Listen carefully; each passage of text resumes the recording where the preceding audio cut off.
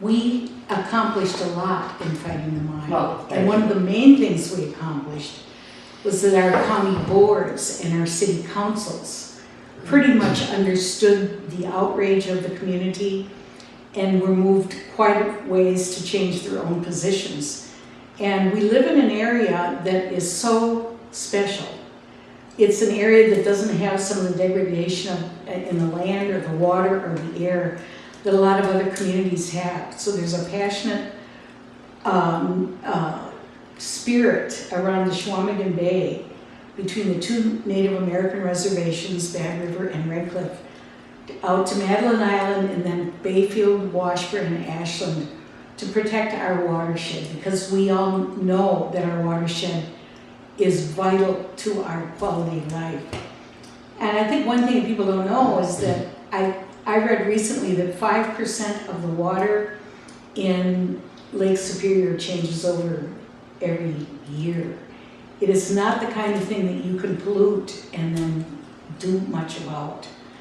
So I'm hopeful that there's a real sense of opposition to these things coming into our community from our elected officials. I'm going to agree with both of you that yes, we made those kind of gains, and that's a good thing. Okay, but I agree with Roz. A note that I made was that the system isn't broken. We're broken, and that if we are remaining within the system of this corporate rule, ultimately they will have the upper hand. And that what we need to do is to take that energy that you're talking about from the politicians, from our representatives that are behind us in these things, and get them to understand that the system needs to be changed and that we've got to work at it from that direction. Okay. That I always assumed that corporations just kind of came into power in recent years, you know, last couple decades, maybe the last 50 years. And through the workshop, I learned that corporations came into power almost very soon after this country was founded, the United States was founded. So that was a big surprise for me. So they've had a long time, 200 years or more, to get their game, get their ducks in a row, so to speak. Prior to coming to this country and shortly after we were here, we're kind of based on a clan system. You know, not only were Native Americans on a clan system, so were Europeans.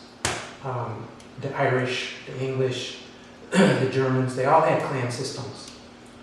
And when we came here, you know, and developed a central government, we kind of got away from that. It's like, oh, those in Washington will make the decisions for us, and they will have the best at heart for us.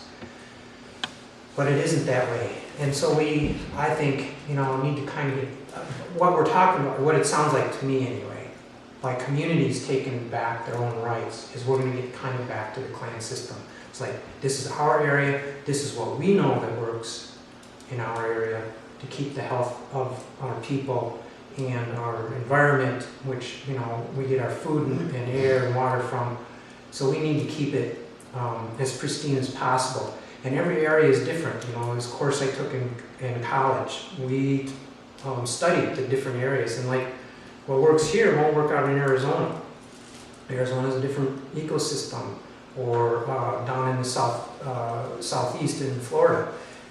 So everyone needs to come up with their own system of how we are going to protect our area, and you know that it's we the people. It's not the corporations running, which is happening now, but we the people need to take back our power and run our own communities and environment. I think people would be surprised. We all were tremendously surprised to find out just how victimized we have been, and not just as adults, but our entire lives. We were born into a legal culture that victimizes its citizens. It was shocking. Why can't you just pass an ordinance and protect yourself from these things? Well, there were chartered corporations that the monarchs of various European Empire countries chartered to vacuum up resources around the world. And our first 13 colonies were chartered corporations from the British monarch. And the revolution was to a large degree about throwing off the crown's chartered corporations and turning those colonies, those crown colonies that were owned by corporations, into states with democratic structures of government. It And what did you was pretty say? revolutionary. Hudson Bay Company was, Hudson Bay Company there was founded one in Canada. corporation that was Yeah, Canada? it was It Canada. was a corporation. In fact, it went into Washington and part of Oregon. Hudson Bay Company owned what is currently part of Washington, Oregon state. That, you know, as kids in history, we learned that they set things up for the people and for the people's benefit. No, they didn't. They set things up for their own benefit, So, and it's ended up working very well for them. And we need to flip that around and have it be the people granting them privileges to do their business activities rather than them having the right to do their business activities over our, at our expense. I keep using the word corporations, and I probably should use a different word, because I run my business as a corporation. It's a very tiny business. I'm incorporated because of my accountant tells me to be incorporated. But see, you don't use corporate constitutional rights No, because you have Bill of Rights protections as a person. That's why this is very much not an anti-corporate movement, right? Because it's only when you scale up that all of a sudden the person who owns the business starts having a usefulness for not only themselves having Bill of Rights protections, First Amendment rights, property rights, contract rights, judicial rights, but all of a sudden they want the legal fiction, the corporation, to have rights so that they can overwhelm your rights as a person. which has happened. Local business people don't need that. And I think you said that the first corporations or charters were a benefit to the people. They were required to be. They were required to be. Serve And a short-lived, public need. and short-lived. Right, there was a time limit on it, Mhm. and there was a lot of control over their actions. Right.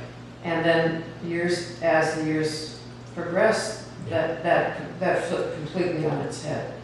Yeah, it And now- starts in the American Revolution and it starts to disintegrate in the early 1800s. But to serve a public need and cause no harm was the requirement to incorporate, for the privilege of incorporating. In the beginning. Right, post-American Revolution, because the founders were already concerned about what corporations could do because the founding colonies were crown corporations that they had no control over. So they wanted to recreate the corporation from scratch as a subordinate rather than as a totalitarian government from on high. And because they have no end, it's like they can make gains, more gains during certain times in history and certain political climates, and maybe fewer gains in other times, but they keep retaining those gains. And since they live forever or exist forever, they can just keep building on that.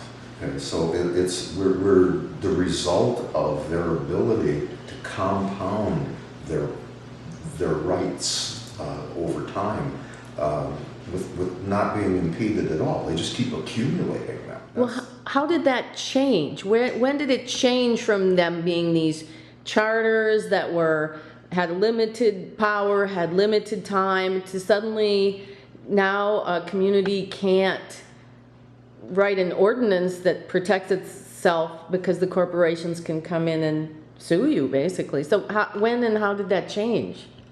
In a nutshell, it almost entirely changes through the U.S. Supreme Court. The U.S. Supreme Court, starting in 1803 and continuing to the present, keeps finding corporate rights and finding the elite's rights in the Constitution. They just interpret the Constitution to defend this larger and larger and more powerful institution. That's the short answer. They find rights in the Constitution that actually don't exist in the Constitution to justify what they're doing. And because they have the power, they're part of the elite. And, in this vernacular of today, it's the 1%, they continually get away with it. Like I'm kind of ticked and sad that I didn't find out about this until I'm an old guy.